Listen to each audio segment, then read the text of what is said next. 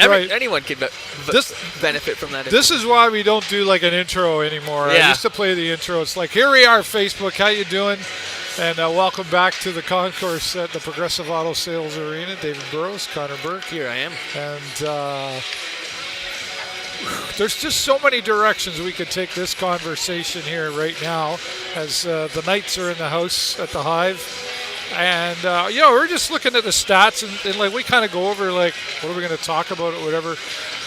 There's a really great opportunity here for the Sarnia Sting tonight. And when you read the numbers, and sometimes the numbers on paper only tell a piece of the story, there's so much more. But the Sarnia Sting really have a great opportunity of coming out ahead.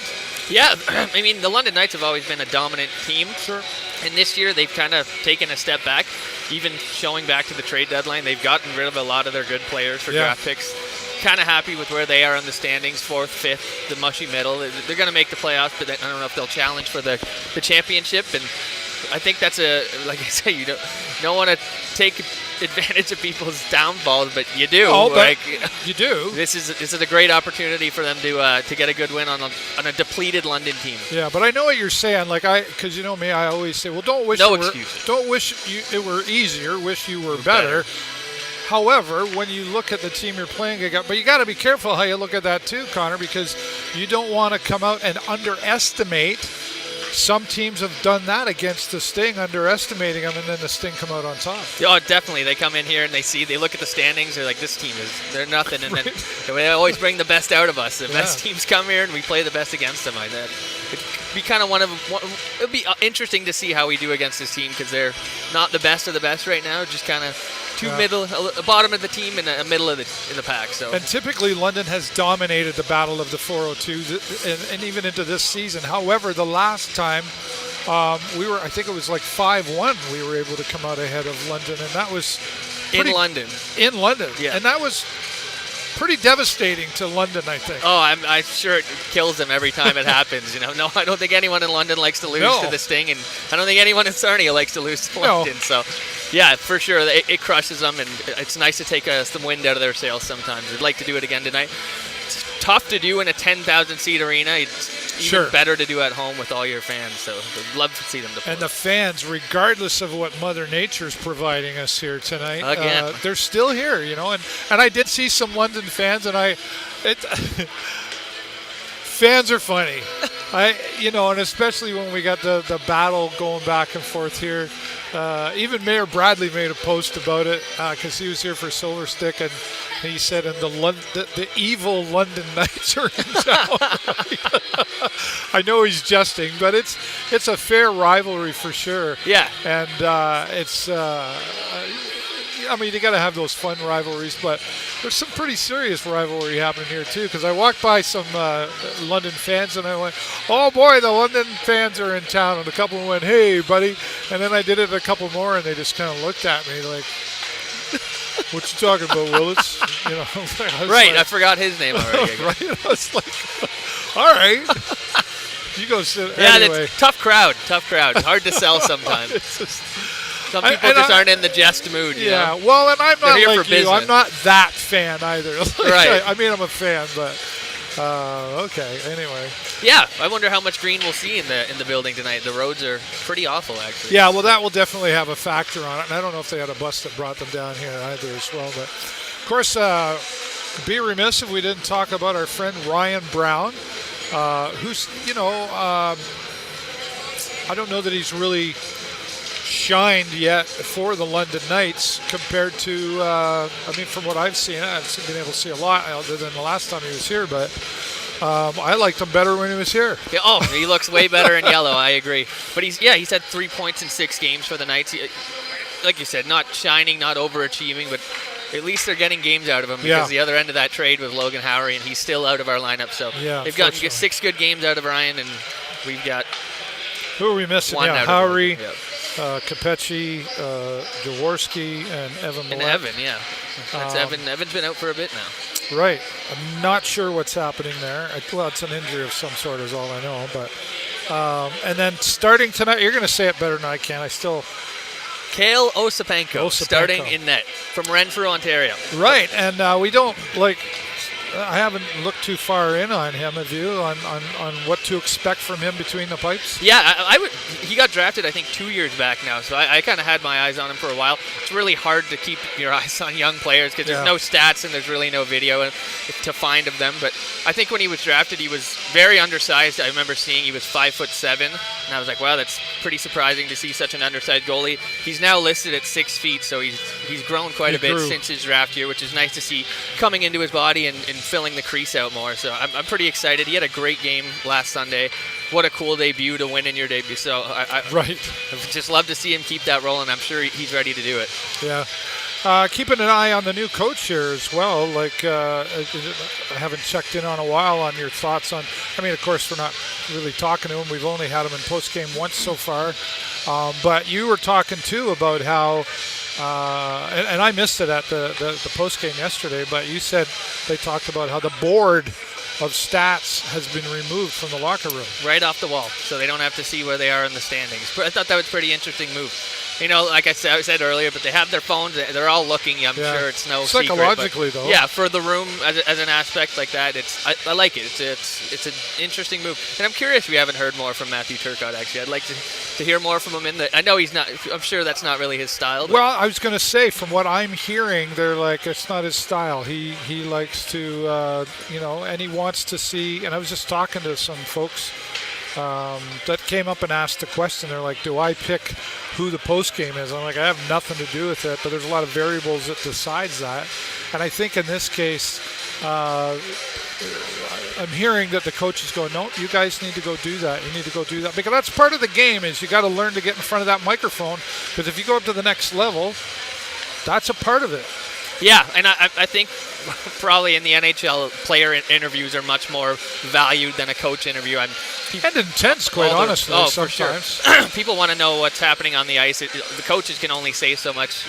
In the NHL, you know, they're grown men. You say, I gave them a game plan, and they're following it to their. What can I say, really? But yeah, I think it's different here.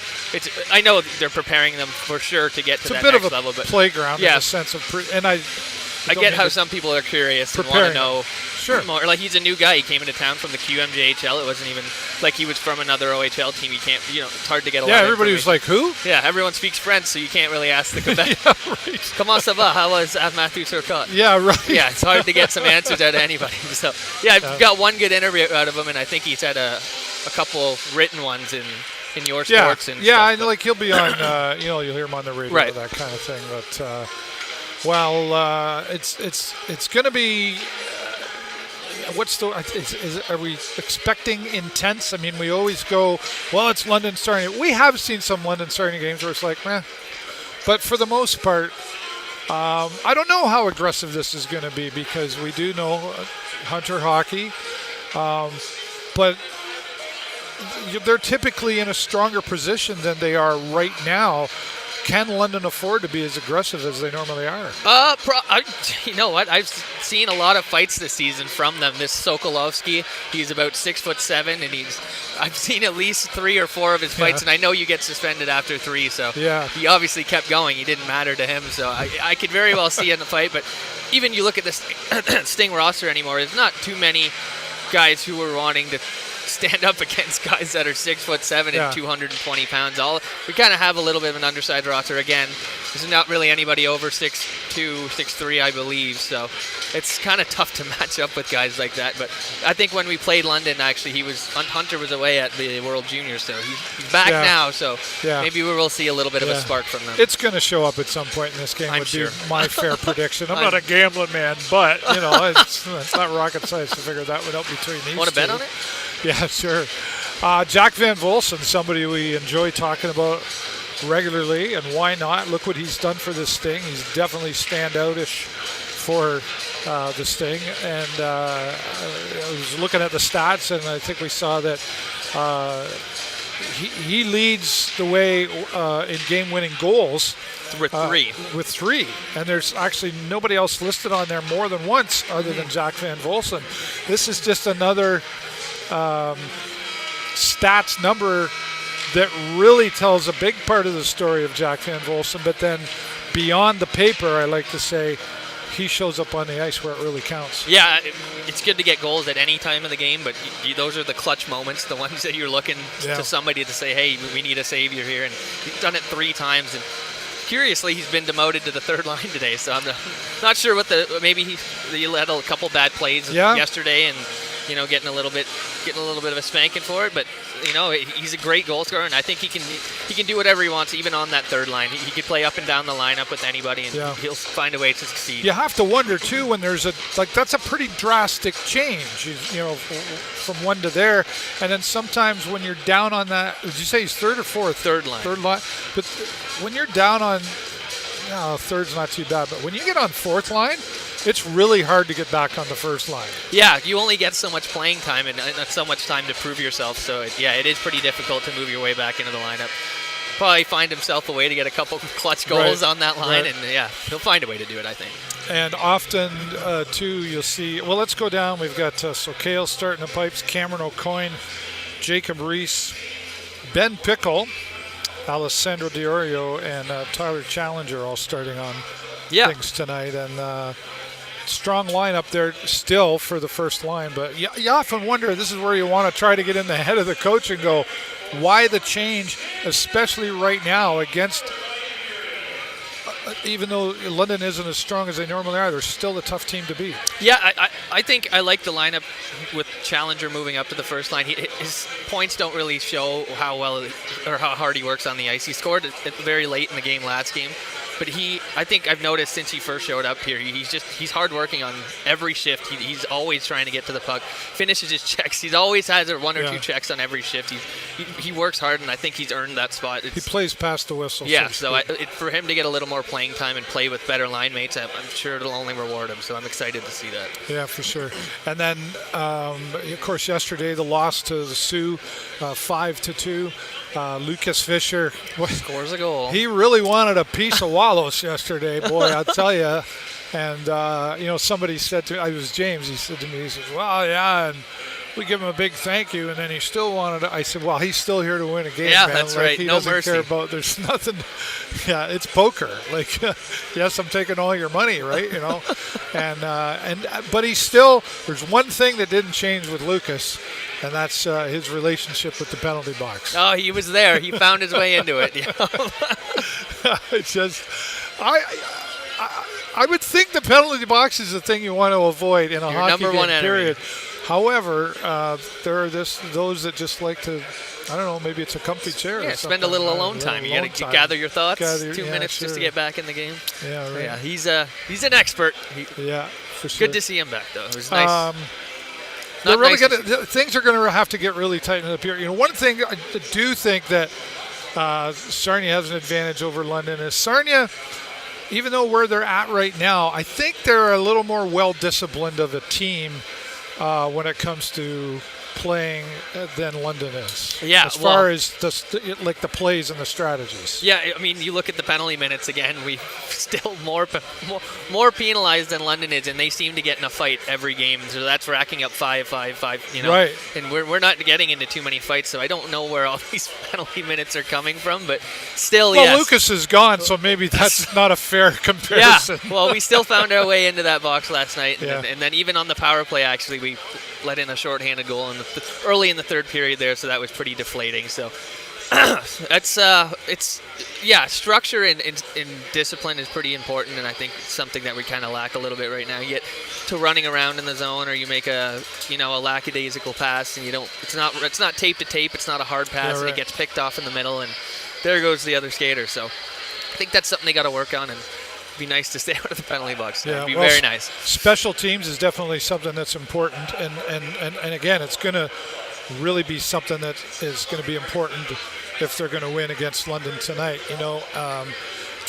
You can talk about the 5-1 win all you want, which was a great win, and in London. However, the circumstances were a lot different when that occurred. We're now, several weeks later from that point to now, and I call it crunch time.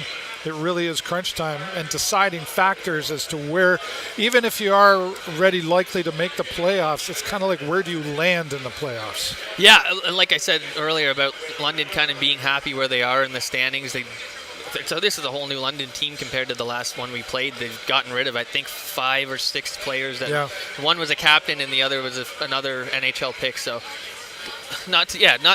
don't wish that they were worse. Wish you were better for sure. But I wonder if London is thinking that this is one of the teams that they can afford to lose against because they're not bumping up against them in the standings. So maybe we're hoping they come out a little flat tonight and think, oh, well, it's just Sarnia. They can't catch us in the standings. Yeah. So anyway. But if I'm Sarnia, I'm still going, man. No, definitely not. We want another 5-1. Yeah, for sure. I'd like to see another 9-1, actually. Thank you very much. You're a pretty optimistic guy. I'm more of a realist. I said want. I didn't say expect. Yeah, okay, all right. We just want to win by 1. Yeah, that's all we really need. Doesn't matter what the score is. If you're not first, you're last, Ricky Bobby. So. Well, that's stupid. You could be second, third. You never fourth. heard that? Yeah, but he tells his dad at the end of the movie and says, "Well, that's stupid. You could be second, third, fourth, fifth." Yeah, all day long. Yeah. The fans, though, still have the expectation, right? They want to see a winning team. They want to see us in the playoffs. They want to see us all the way. I think stepping in phases, right? Okay, we got to get to here, and then we got to get to, and we talked yesterday about the long game. Yep. There's a long game, and I think the Sting tried to play that yesterday against the Sioux. We talked about the long game.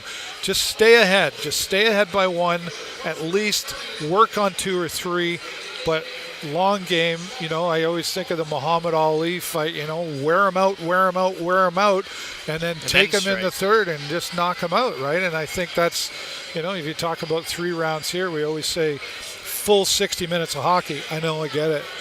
That doesn't always happen. But tonight, that's really significant to say. Oh, yeah, for sure. I mean, it was tough to see. It was such a close game up until the third period. And they played really hard, quite honestly. Right until the end. I think they outshot them. It was just... Yeah. It's just those. I think even Beckham Edwards said in the post game about sluggishness. I think was the word. Yeah, he did. Yeah, that was the word he used. So you get caught in those certain. It's just those very specific. It's just a moment that all it takes is a turnover and the puck's on the other player's stick and he's down on a breakaway and Quinlan's or Spanko tonight is caught off guard. So it's just those little tweaks that you got to find that you're like I said, we outshot them. We played a really well-rounded game. It's just those little mistakes that end up in the back of the net, and makes you kind of bitter about a whole good game because you're like, well, you look at the score, but if you were watching the game, you understand it. They did very well for them. Sorry, what TikTok? What's happening here? Did we just have a battle or something? Huh. I don't know. Facebook sounds mint. That's nice. Oh, okay. Audio is really rough. Oh, that's probably better right there. When I have my battery plugged in, it makes a funny noise. I'm sure I guarantee we just improved it. Should have been reading that. Oh, well. They're still here. Don't leave us. We'll be here for 2 more periods. Yeah. Let's go Sting. All right, sorry about that. And you talk about moments. You can have those moments. Like I always say, everybody says, I'm having a bad day. There's no such thing as bad days. There's bad moments in the day. There's 24 hours in the day, and here a full day is 60 minutes. You can have a moment or 2, and I don't know if you know this, a moment for the purpose of the law actually is 90 seconds. A minute and a half? Right. Okay. So you can only have so many moments in a period. Yeah. Quickly you only get up, 20 of them. It quickly adds up to about 15 of those at a minute. Yeah. Anyway, you can only have so many moments. Well, you take a 2-minute penalty. Here. Right. Well, you kind of read my mind where I was leading. Yeah. Take 2 of them. Get a 5 in there, right? So those moments could add up quickly. You have to really take a good look and go, okay, what happened in that moment and how do we fix that? And I think that's something we talked about with the new coach. Seems to do, we don't have a bug down there, but seems that's what he does when a player comes off the ice. Yeah, he's good at teaching and I think good at conversing with the players. I'm sure there's a lot more behind the scenes that we'll never see. If you show up at practice, you might be able to see them. I think they do it midday during the week, so you could probably see a little bit of behind the scenes, but it's a public to the public skate. Yeah, you can come on in. But yeah, I think he does that really well. He holds people accountable, and I'm not sure if this is what's happened, but you see how Van Bolsen has moved down the lineup, so I don't know if that was something that happened yesterday where it's you're not being punished, but you're saying you're you're given a lesser role because of maybe one of those bad moments that you. Well, had. accountability is important because if you just go, they're there, it's okay, right, son. Yeah. It's not gonna, someone's gonna do it again. Later in life, that comes back and bites you from behind, and then you can't go back and blame anybody but yourself. And there's that, the toughest thing is, the coach can hold you accountable, but it's like disciplining your children sometimes. You can only do so much. If they keep doing it over and over and over and over and over and don't care, no consequences. that shows up. So when the consequences are on the line, and I think maybe we have seen some of that. I won't say specifically who, but over the past few years, some players are gone, and I think honestly it's because they weren't here. They just weren't here to begin with, and thought maybe they were, sometimes egos get in the way and all that sort of stuff, and that's where a lot of changes come into place. Yeah, you're trying to build the culture of wanting to be here. You can be anywhere you want. There's a lot of teams in the OHL, but you're longing and you're wanting to be somewhere else, and I don't get along with my teammates very well, or I don't like this coach very much. It's you're on the outside looking in, and it's a tough business. It's hard to say just ship them off, but it's you don't really want the toxicity in your locker room. It spreads. It's very easily spreadable, and one player gets into another player's ear like, oh, yada yada. This practice stinks, or this coach is rough on us. Like it's I even wondered, and I have no basis for saying this other than just an observation. Oh, and here we go. You read my mind. Thoughts on Fisher trying to fight his old team last night. Well, somebody come up and talked to me, and I said, yeah, but he's on the other team. He still wants to. He's still here to win.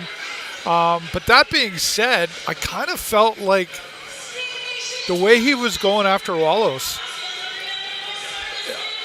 Was there something there from before that he couldn't, did he want to take him out in the locker? I don't. You wonder, yeah. Didn't you feel like that to you? It did look a little, maybe not premeditated, but it looked passionate, not just an easy hockey play. It was like I want to do this right now. Yeah, because the gloves were twitching. Yeah, they were. They never came off though. No, it was really close though. I could see it from here on the jumbotron and everything else. But yeah, I really felt like there's something else going on there. Yeah. But maybe that's just the fan in me making stuff up. I don't know. I have no basis on that for sure. All right. Well, we're going to let Connor take off and get to his seat as we get ready to see the Sarnia Sting host as the mayor would say, the evil London Knights. I agree. I get Mayor Bradley's humor, trust me, and I was like, oh yeah, there you go. But it's definitely the rivalry here tonight. And no scratches from the London Knights. We just saw that. Look at that. Interesting. Evan Billette. That is pretty interesting. Yeah. Maybe they must be short-handed because you usually want at least one scratch. I would think so. Well, maybe there's another advantage for us. All right, we'll see what happens. Thanks, Joe's Discount Tire, of course. If you haven't done it yet, go see Joe's Discount Tire. Tell them I said hi. And get those snow tires on. All seasons tires do not mean they work in all seasons. You need snow tires. It's unbelievable. A myth. It's a myth. Go get the snow tires on at Joe's Discount Tire. Best place in town. And Hughes Intelligence, of course, been a great supporter for many, many years. We appreciate them as well. And we appreciate all of you. But Facebook, we're going to stay live over here on Tiki Talkie if you want to come and say hello. Now that we got the mics fixed. I'll be there. Yeah, now they got the sound fit. 10 more years, I'll have it perfect. Once again, this is Beyond the Boards. I'm David Burrows, and this is Connor Burke. 1, 2, 3.